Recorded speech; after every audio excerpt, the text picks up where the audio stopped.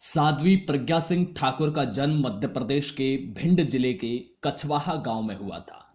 जाति से वो राजावत राजपूत हैं। प्रज्ञा सिंह के पिता का नाम चंद्रपाल सिंह है, जो एक आयुर्वेदिक डॉक्टर थे।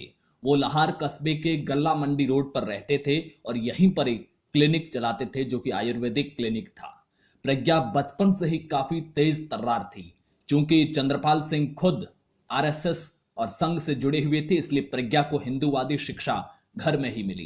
प्रज्ञा सिंह ठाकुर कॉलेज के दिनों से ही अखिल भारतीय विद्यार्थी परिषद यानी कि एबीवीपी से जुड़ गई।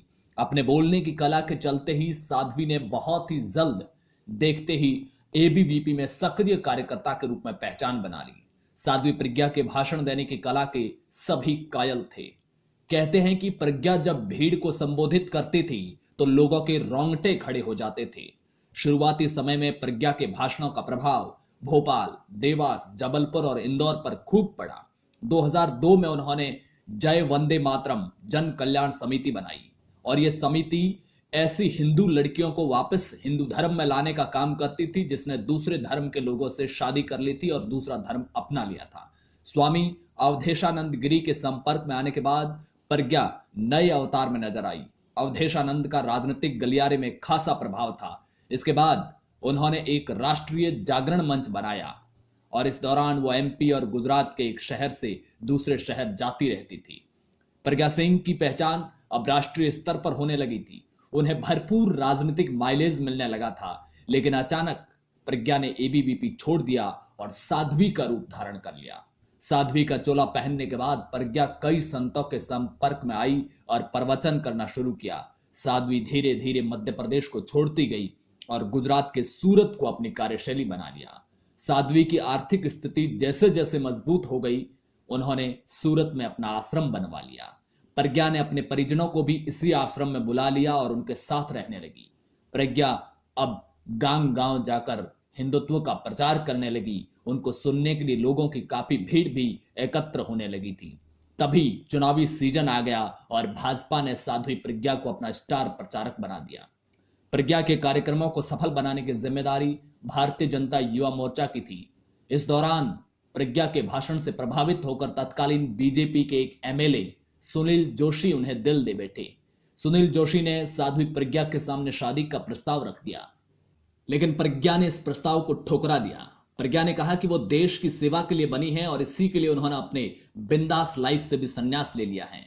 लोग बताते हैं कि मालेगांव ब्लास्ट में जब प्रज्ञा को गिरफ्तार किया गया था तो सुनील जोशी काफी गुस्से में आ गए थे और इसके विरोध में पूरे देश में प्रदर्शन का प्लान बना लिया था। हालांकि भाजपा के वरिष्ठ नेताओं ने इसकी मंजूरी नहीं दी, क्योंकि कांग्रेस उस वक्त देश भर में हिंदू आतंकवाद का मुद्दा उठा रही थी। प्रज्ञा ठाकुर को 23 अक्टूबर 2008 को गिरफ्तार कर लिया गया। साध्वी पर मालेगांव मस्जिद में ब्लास्ट के साथ ही सुनील जोशी की हत्या का भी आरोप लगा। सुनील जोशी की 29 दिसंबर 2007 को चूना खदान में गोली मारकर हत्या कर दी गई। आरोप ये लगाए गए कि प्रज्ञा ने सुनील जोशी की हत्या इसलिए कर दी क्योंकि उन्हें डर था कि कहीं वो मालेगांव ब्लास्ट का राज न खोल दे। एनआईए की जांच में भी ये बात सामने आई थी कि सुनील का प्रज्ञा के प्रति आकर्षण ही उनकी मौत का कारण बना। 2017 में 9 साल बाद साध्वी को जमानत मिल गई, क्योंकि पूरी जांच में साध्वी के खिलाफ कोई सबूत नहीं मिला। साध्वी को गिरफ्तार इस आधार पर किया गया था क्योंकि साध्वी की बाइक धमाके वाली जगह मिली थी, लेकिन बाद में जांच में सामने आया कि वो बाइक साध्वी ने पहले ही किसी को बेच दी थी। वैसे साध्वी प्रज्ञा ठाकुर के अच्छे दिन 2014 में बीजेपी की सरकार बनने के बाद आए। कांग्रेस सरकार ने उन्हें भयंकर प्रताड़ना का सामना करना पड़ा था। साध्वी प्रज्ञा ने खुद बताया था कि जेल में उन्हें 23 दिनों तक भयंकर रूप से प्रताड़ित किया गया और बताया यह भी जाता है कि यह सब कांग्रेस नेताओं के इशारे पर हो रहा था। उसमें दिग्विजय सिंह का नाम सबसे प्रमुख है। यही वजह है कि साध्वी प्रज्ञा को बीजेपी ने भोपाल से दिग्विजय सिंह के खिलाफ चुनावी मैदान में उतारा है। ऐसे में देखना यह रोचक होगा कि क्या हिंदुओं पर भगवा आतंकवाद का आरोप लगाने वाले दिग्विजय सिंह यहां से चुनाव जीत पाते हैं? क्या साध्वी अपने दुश्मन से बदला ले पाएगी?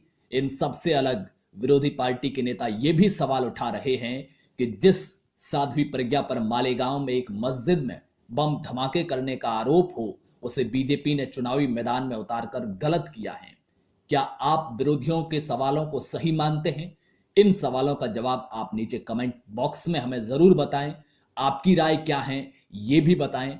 अगर आपको ये वीडियो पसंद आया हो तो आप इसे लाइक कीजिए, अपने दोस्तों के साथ व्हाट्सएप और फेसबुक पर शेयर जरूर कीजिए और साध्वी प्रज्ञा की इस कहानी को हिंदुस्तान के हर आदमी तक पहुंचाइए। हमारे चैनल इंडिया आईक्यू को अब तक अगर आपने सब्सक्राइब नहीं किया तो सब्सक्राइब जरूर कीजिए।